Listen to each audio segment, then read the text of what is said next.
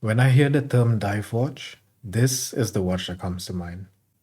This is the Seiko SRPA21, commonly known as the Seiko Turtle PADI edition or Turtle Pepsi, because well, look at the color combination. The Seiko Turtle has now achieved icon status in the community. It was originally released back in 1976 as the Seiko 6309, an evolution of the insanely popular 6105, aka the Seiko Willet.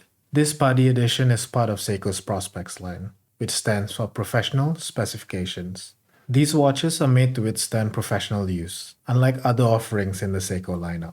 The Seiko Turtle PADI is a true blue dive watch that's meant to be worn during actual dives and tell you the time flawlessly while you do it. That's a big responsibility on its shoulders. But Seiko has an incredible lineage and history with dive watches, dating back to the first diver in 1965, the 62 Mars. If there's something that the Seiko brand is almost synonymous with, it's dive watches. Now, if you're not familiar with PADI, they're the world's top scuba diving organization. Seiko partnered with them to create the special edition of the Turtle, which should already tell you all you need to know about what it's supposed to be used for. While I generally reserve my time in the water to swimming pools and occasional dips in the ocean, it's good to know that the watch that I'm wearing is capable of handling those activities without breaking a sweat. Quick shout out before I begin. This watch belongs to a mate of mine, Noor, aka NM Watch on YouTube. Thanks for the loan, Noor. I can't cover the packaging this time around because I don't have the actual watch box with me, so I'm going to show you a photo of what it looks like. The box definitely looks higher quality, and it features the Seiko PADI cross branding on it.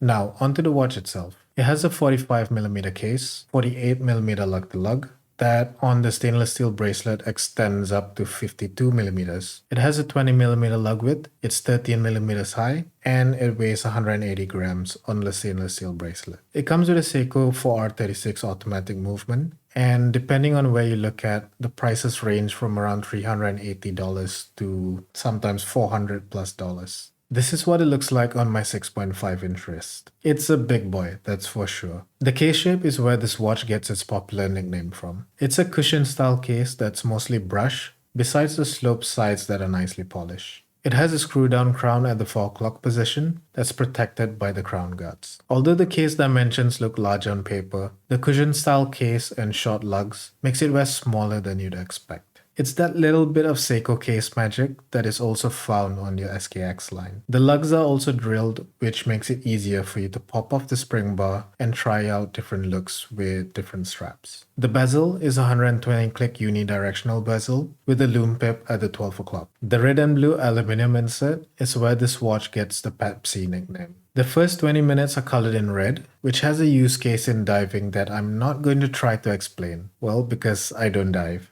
The bezel action feels good, it's easy to turn, and it has soft tactile feedback that doesn't feel too clicky or mushy. Onto the back of the watch, and here you'll find a screw down case back that has a cool looking embossed image of what's supposedly the Great Wave of Kanagawa. The case back and crown give this watch a 200-meter water resistance and ISO 6425 rating, meaning it's a certified dive watch. The crystal is made from Seiko's proprietary mineral, hardlex. It's a type of crystal that's more shatterproof than sapphire, but less scratch resistant. The shatterproof nature of hardlex ties into the dive lineage of this watch. It reduces the chances of your glass shattering while you're on a dive, and your watch hits a rock which renders it completely useless. The crystal doesn't have any anti-reflective coating on it, but it's surprisingly effective even without. The beauty of the dial shines through in almost all lighting conditions. Speaking of the dial, this dial is absolutely amazing to look at.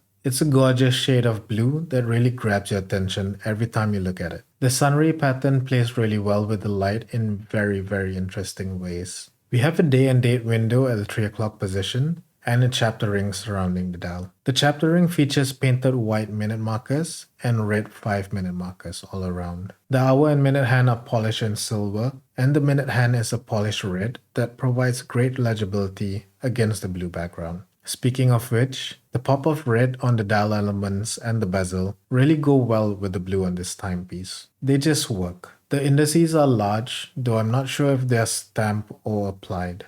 I have a feeling it's stamped, but it's filled with a generous amount of Seiko's Lume Bright formula. And do I even need to talk about Lume on a Seiko diver? As expected, the Lume Bright formula glows really well when the lights are out. You'll be able to tell the time easily, whether you're in the deep dark depths of the ocean or when you wake up in the middle of the night for that trip to the toilet. The movement powering this watch is the Seiko 4R36 movement. It's a very reliable movement that comes with hacking and hand winding functionality. I've had no issues with this movement or variant of it on all my Seiko watches. This watch comes in an oyster style bracelet that's folded with solid end links. The bracelet is made of stainless steel and it has some nice brush finishing with some polished detailing on either side of the center link. The links are attached with a pin and collar system, which is a nightmare to resize if you don't have the correct tools. The bracelet measures 22mm at the lug and tapers at 20mm at the clasp, which is unfortunately stamped. The clasp features a double locking push button mechanism, which has a diver's extension. And it comes with 4 micro adjustment holes for you to dial in the perfect fit. If you've made it here, please like, comment, and subscribe for more watch content. It would really help me out a lot. So, what do I like about this watch? Well, I love the identity and lineage of the Seiko Turtle line. And it's made even better with the association with PADI. If you're a watch person, you'll be able to tell a Seiko Turtle from a mile away, especially the PADI edition. There's just an unexplainable cool factor when you're wearing this watch on your wrist. The no-nonsense, purpose-built nature of this watch is refreshing.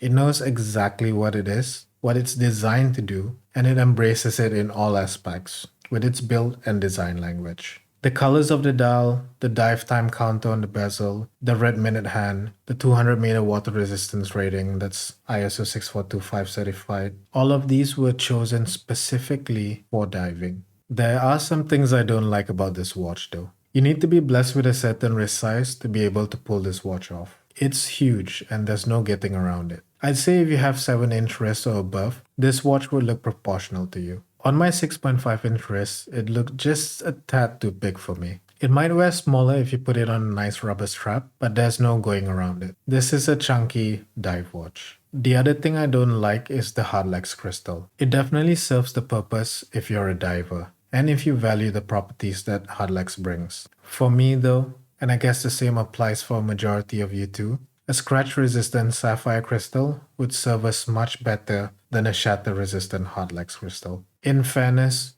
Seiko has addressed this with the newer King Turtle divers, although that comes with a much higher price tag.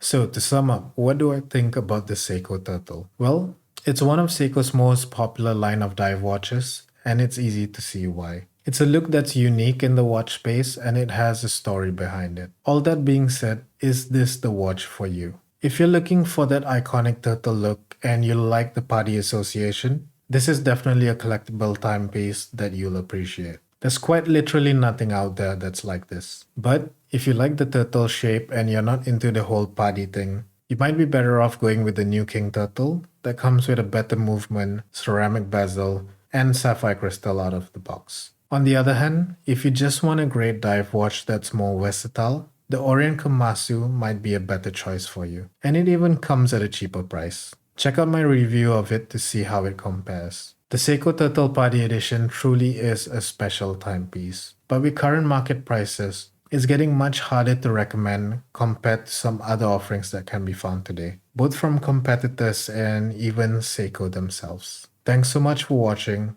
and I'll see you guys in the next one.